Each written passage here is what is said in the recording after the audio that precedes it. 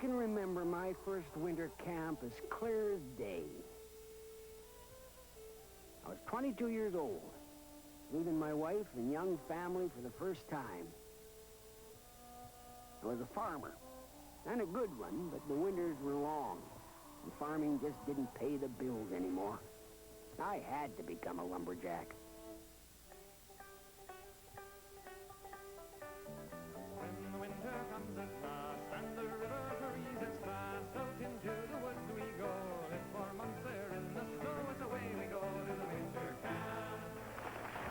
Away we go to the winter camp. Wretched man, what lies ahead? Far from home you'll make your bed, in the rain or in the snow. Cold hard work is all you'll know, it's away we go to the winter camp. Away we go to the winter camp.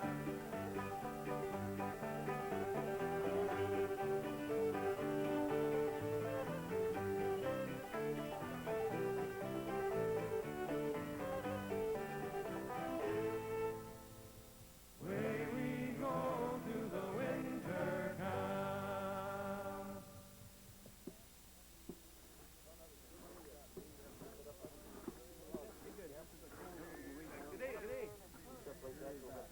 Right there.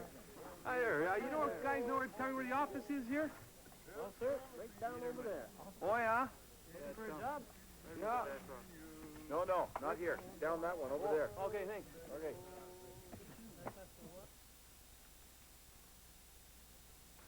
You'll have to sign for these blankets. The clerk was the bookkeeper and storekeeper rolled into one. He sold important items such as boots, socks, and of course tobacco, and he kept track of production and wages. Hey, guys, we got a greenhorn coming in.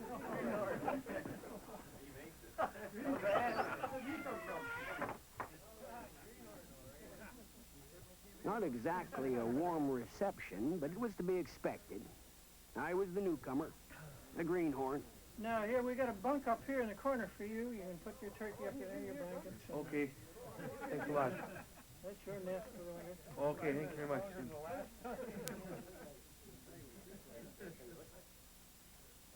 The smell took some getting used to. A mixture of coal oil, dirty socks, and tobacco, plus some other odors. Well, I couldn't quite place.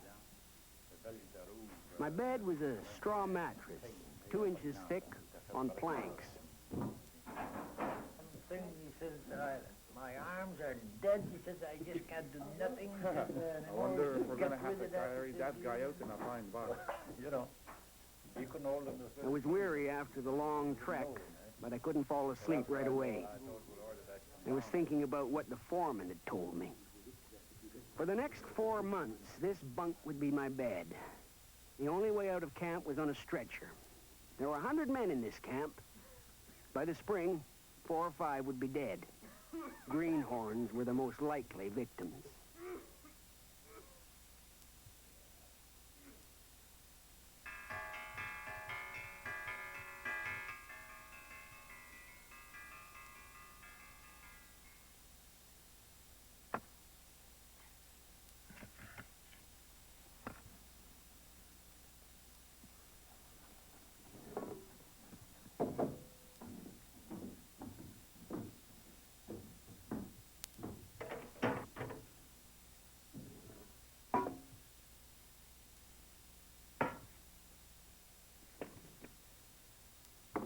Practical jokes were rampant. After I'd been in camp a month, they nailed my boots to the floor. But that was better than what happened to me the first night in camp. The smell was so bad, I pulled the chinking out to get some air. When I woke up, my hair was frozen to the wall.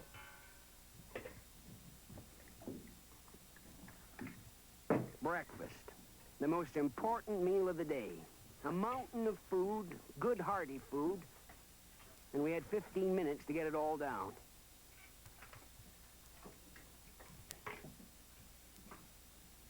Big Gene McIsaac, the cook, was boss in the cookery and considered the most important man in camp.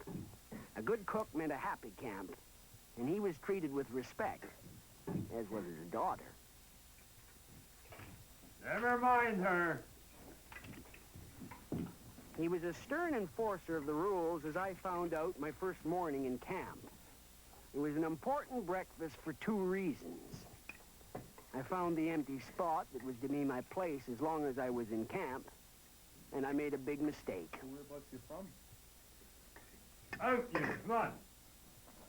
I just started eating. No talking at meals. That was the law in bush camps. It was a hungry lesson.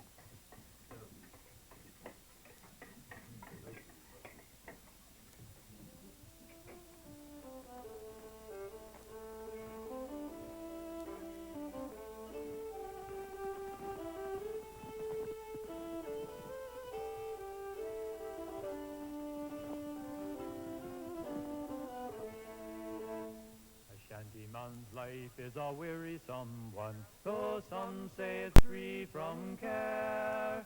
It's the ringing of an axe from morning until night,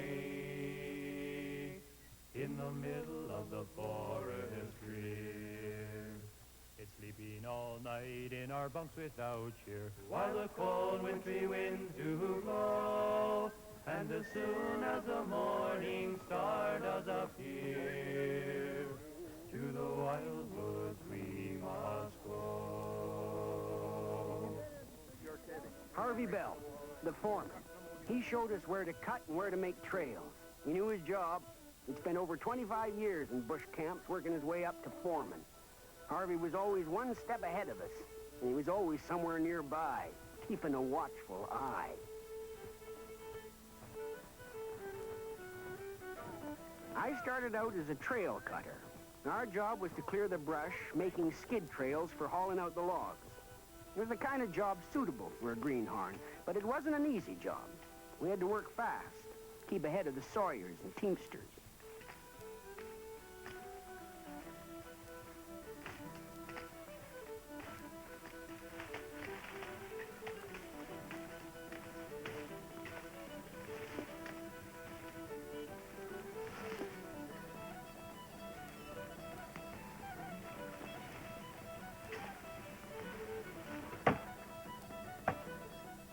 The sawyers had a lot of responsibility. They selected the trees to be cut, sounding them, listening to make sure they weren't rotten. They decided the best direction for the fall, and then they went to it.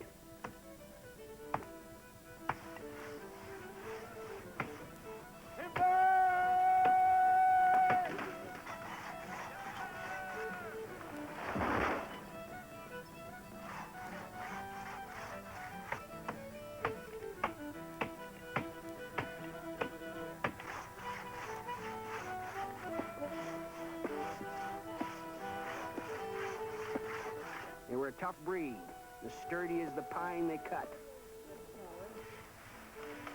They got paid more and deserved every bit of it.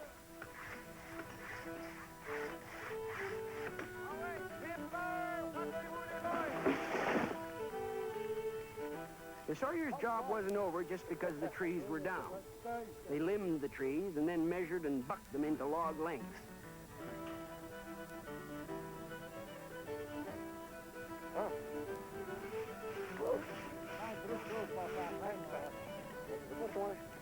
The teamster looked after the horses. Those horses were hard-working, important members of the camp, supplying the strength needed to move our heavy logs.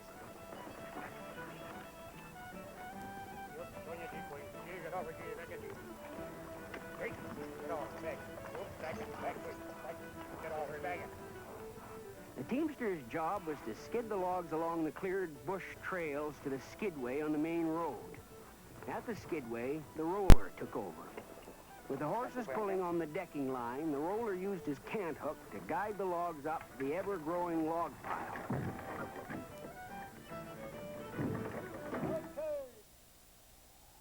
Then there was the scaler, the government's man. He tallied up the logs on the skidway, assessing the Crown's revenue. He also made sure we were cutting the right trees in the right areas. Scaler was often a loner, working long into the night. There was something different about him that set him apart from the rest of us. He could add. 6 days a week, in all weather, we worked as a crew.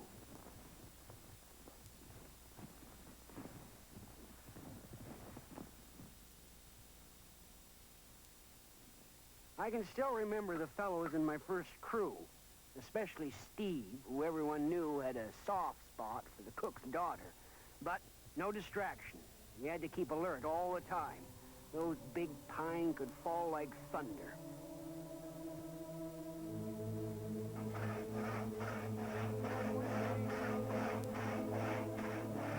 You looked out for each other, but in the end, you had to look out for yourself.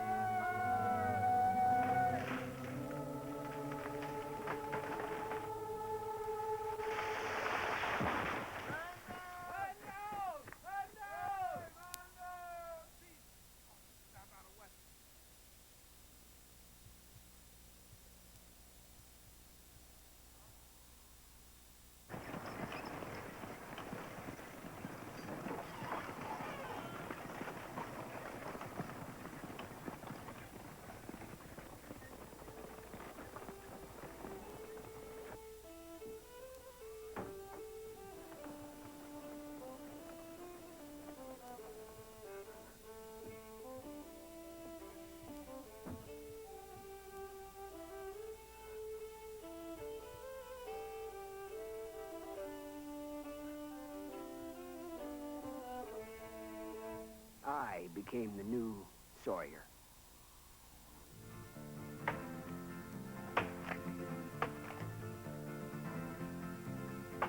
Come on, you jolly fellows, and listen to my song. It's all about the shanty boys and how they got along. We're the jolliest bunch of fellows that ever you could find. The way we spend our winter months is hurling down the pine.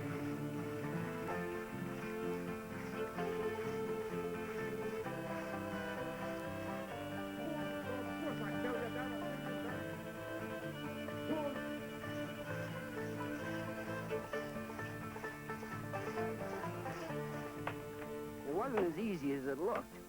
I had to work with the other experienced Sawyers, find the rhythm, keep it up for 10 hours a day.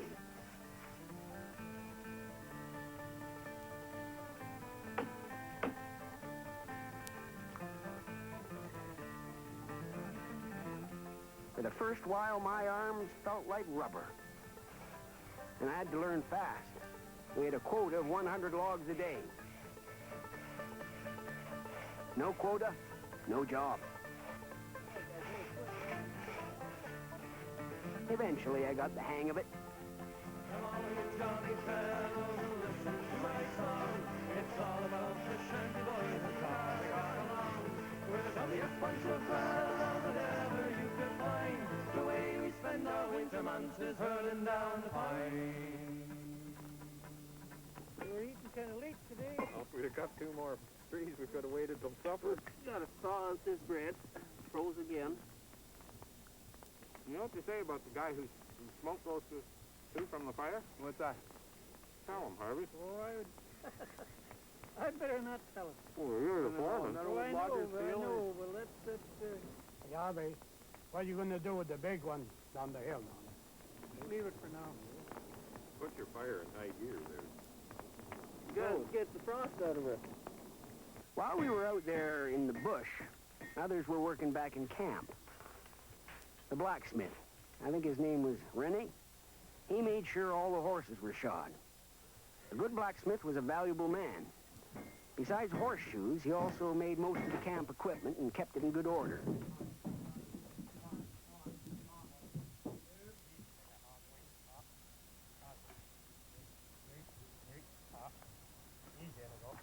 When the cutting season ended in January, the jammer was put into use, lifting the logs up onto the sleigh. The top loader guided the logs into place. His was an important job. He had to balance the load properly on the sleigh so it wouldn't go out of control on the icy run.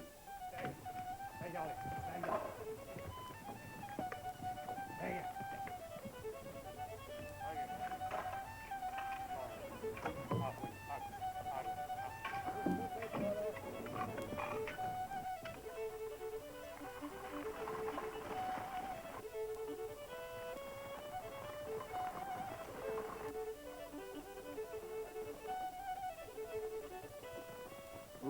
after load was hauled down to the dumping site on the bay.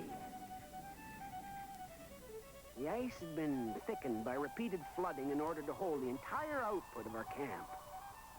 The logs would sit on the frozen bay until the spring thaw, when the river drive would begin.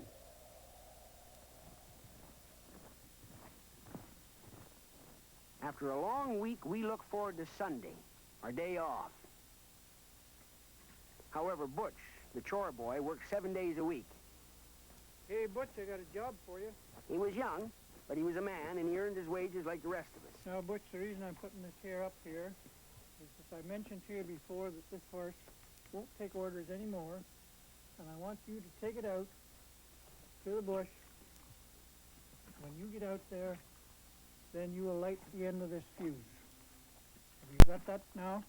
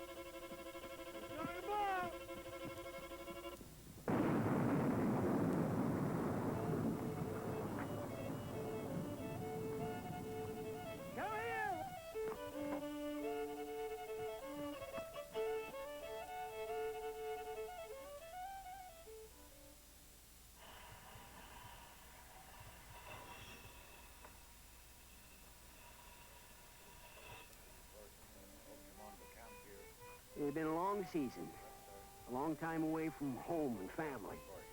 And I could hardly wait to get my wages, almost $150, and head home for the spring plowing. It was the end of that camp. After 4 years, the area around there had all been cut. The stoves and cookery would be taken and the rest left to rot.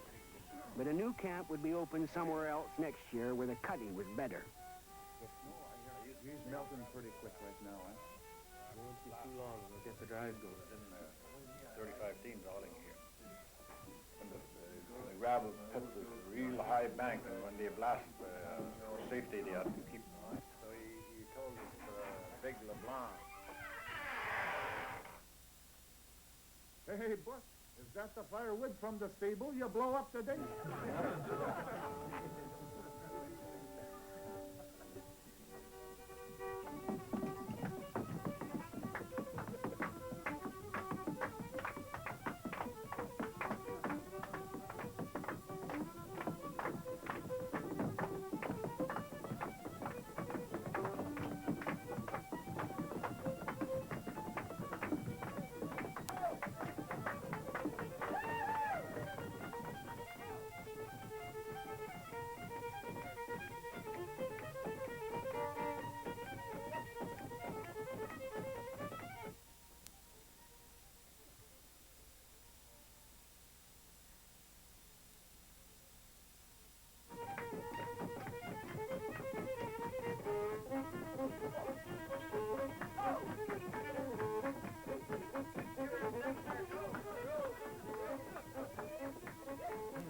What makes those things dance? I mind one time we had a puppet like that danced through the camp all night long. We couldn't stop it nohow. It just kept on going and going and going, like some sort of crazy monster. Well, we finally had to take an axe to it to stop her. 6 guys, I heard. Me, I heard the same thing. Effrayable, a story like that.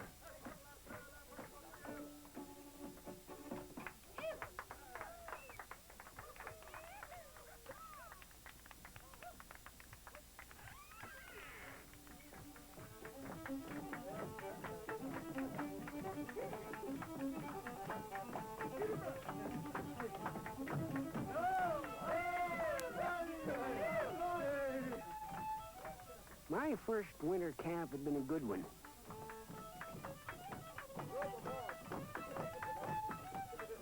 I'd been lucky for a greenhorn. I wasn't one of the ones who died. I didn't leave camp on the stretcher. And I knew that next season I'd probably be back, ready to do it all again. No longer a greenhorn, but an experienced lumberjack.